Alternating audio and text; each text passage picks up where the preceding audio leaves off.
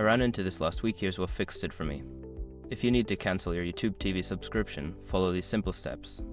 Step 1. Open YouTube TV. Launch the YouTube TV app on your device or go to the YouTube TV website on your browser. Make sure you're logged into the account linked to your subscription. Step 2. Go to Settings. Once you're in the app or website, navigate to the profile icon in the top right corner. Click on it, then select Settings from the drop-down menu. Step 3. Select Membership. In the Settings menu, find and click on the Membership option. This will take you to the page where you can manage your subscription details. Step 4. Cancel subscription. Look for the Cancel Membership button on the membership page. Click it, and you may be prompted to confirm your decision. Follow the on-screen instructions to complete the cancellation. Step 5. Check confirmation email. After cancelling, check your email for a confirmation message from YouTube TV. This ensures that your cancellation has been processed successfully. If you don't see it, check your spam folder. Cancelling your YouTube TV subscription is straightforward, and following these steps will help you do it without any hassle. If you have any questions, feel free to ask.